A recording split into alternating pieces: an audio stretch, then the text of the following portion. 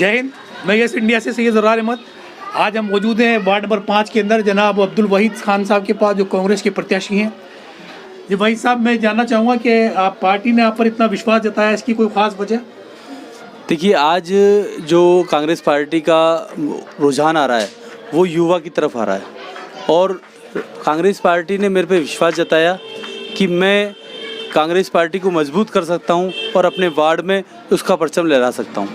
तो मेरे विधायक, लोकप्रिय विधायक श्रीमान महेश जोशी जी का बड़ा एहसानमंद हूं कि उन्होंने आज मुझे ये मौका दिया कि मैं एक कांग्रेस प्रत्याशी के रूप में वार्ड नंबर 5 से आपके सामने हूं। पहले आप कुछ दूसरे वार्ड से आपने अपने अप्लाई किया था और लास्ट टाइम पर आपको उस वार्ड से टिकट नहीं दे करके इस वार्ड से टिकट देने की कोई ख़ास वजह रही है? जी, जब मालूम पड़ा हमारे विधायक महोदय से बात हुई तो मैंने वार्ड नंबर 7 से पहले आवेदन किया था, दावेदारी की थी।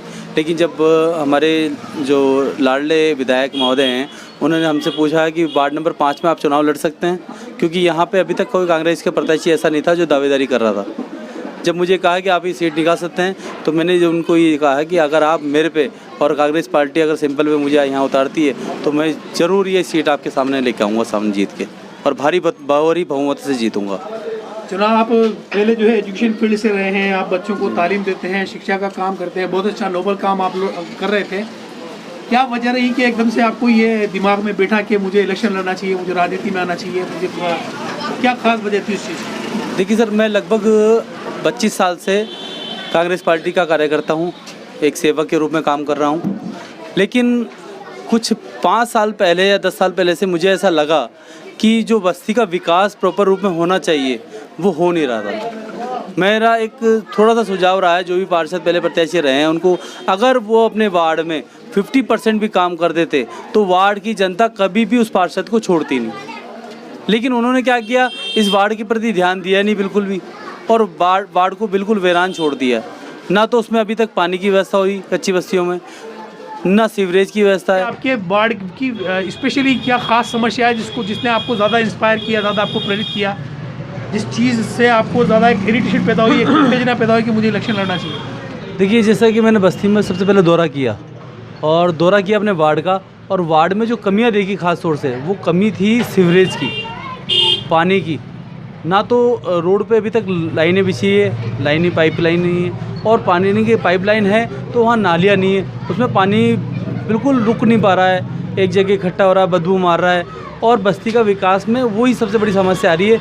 जैसा कि मैंने अभी आपको पहले ही बताया कि हमारे लाडले विधायक जो है महेश जोशी जी, उन्होंने जैसे ही उस विधानसभा में आए, हवा महल विधानसभा में, तो अपने वार्ड को मजबूत करने के लिए उन्होंने काफ़ी प्रयास किए, और इस प्रयास के साथ साथ उन्होंने मेरे पे विश्वास जताया और मुझे एक कांग्रेस प्रत्याशी वार्ड नंबर से प्रत्याशी के रूप में मैदान में लाए। तो मैं ये वादा करता हूँ आज कि हवा महल विधानसभा क्षेत्र में हमारे लाडले विधायक महोदय ने जब मेरे पे यकीन किया, विश्वास जताया है, तो ये वार्ड नंबर 82 हुआ करता था पहले, उस वार्ड नंबर 82 के 4 टुकड़े हुए, 4 वार्ड बने, जिसमें 5, 7, 6 और 15 होते हैं। इनमें से मेरा वार्ड होता है 5 नंबर। तो मैं विश्वास दिलाना चाहता हूँ हमारे विधायक महोदय को और राजस्थान सरकार के हमारे मुख्यमंत्री अशोक गहलोत जी को कि ये वार्ड जो है, वार्ड नंबर 5, इन सभी वार्डों में एक वार्ड, आदर्श वार्ड कहलाएगा मेरा। चलिए, आज हम मिलाते हैं आपको वार्ड नंबर 5 के कुछ वोटर्स से। इनका क्या रुझान है? आपका नाम? मेरा नाम शिव शंकर मीणा